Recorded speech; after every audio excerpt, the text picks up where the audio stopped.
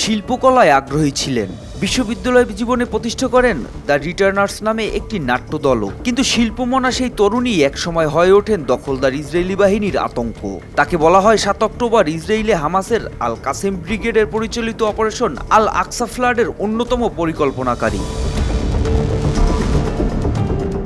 বলছি গাজার খান ইউনিস শরণার্থী শিবিরে ১৯৬৫ সালে জন্মগ্রহণ করা এক বীরযোদ্ধা মোহাম্মদ দেইফের কথা।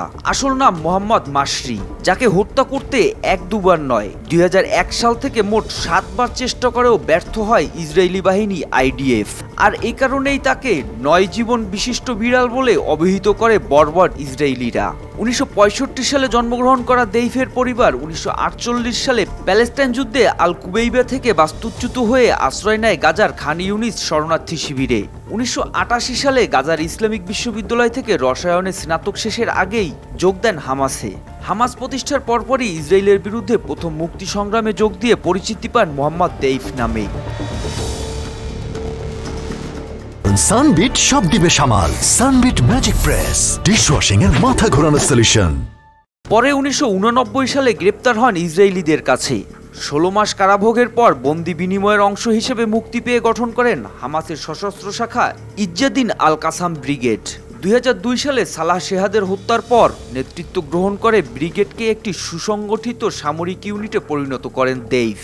পরবর্তীতে ১৯৯০ থেকে ৭ অক্টোবর পর্যন্ত বেশ কয়েকটি ধ্বংসাত্মক আত্মঘাতী বোমা হামলার পরিকল্পনা করেন দেইফ। পাশাপাশি ইসরায়েলি সৈন্য অপহরণ ও হত্যার পরিকল্পনাও করেন তিনি। এছাড়া গাজা জুড়ে হামাসের সুড়ঙ্গ নেটওয়ার্ক স্থাপন ও বিধ্বংসী বোমা তৈরির মূল কারিগরও তিনি বলে অভিযোগ করে ইসরায়েলি বাহিনী।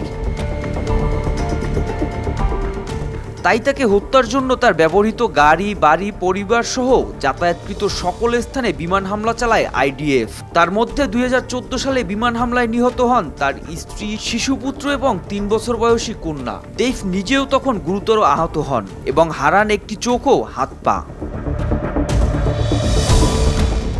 ৭ অক্টোবরের হামলার পর নিখোঁজ ছিলেন দেইফ। কিন্তু বৃহস্পতিবার ইসরায়েলি সামরিক বাহিনীর এক বিবৃতিতে বলা হয়েছে ১৩ জুলাই ইসরায়েলের একটি বিমান হামলায় নিহত হয়েছেন দেইফ। তিনি ছিলেন আল মাওয়াশির একটি ভবনে, যা গাজার দক্ষিণে খান ইউনিসের কাছাকাছি একটি বাস্তুচ্যুত মানবিক এলাকা হিসেবে নির্ধারিত। হামলায় দেইফের দ্বিতীয় কমান্ডার এবং হামাসের খান ইউনিস ব্রিগেডের প্রধান রাফা সালামাও নিহত হন। সালামার মৃত্যুর বিষয়টি হামলার কয়েক ঘন্টার মধ্যেই নিশ্চিত করা হয়েছিল। হামাসের সামরিক শাখার এই প্রধানের উপর হামলার ভিডিও প্রকাশ করেছে আইডিএফ। বৃহস্পতিবার আইডিএফ নিশ্চিত করেছে যে ওই হামলায় মারা গেছেন দেইফ। গাজার স্বাস্থ্য মন্ত্রণালয় জানিয়েছে আল মাওয়াশির হামলায় অন্তত ৯০ জন নিহত এবং আহত হয়েছেন ৩০০ জন। মোহাম্মদ সায়েম, RTV।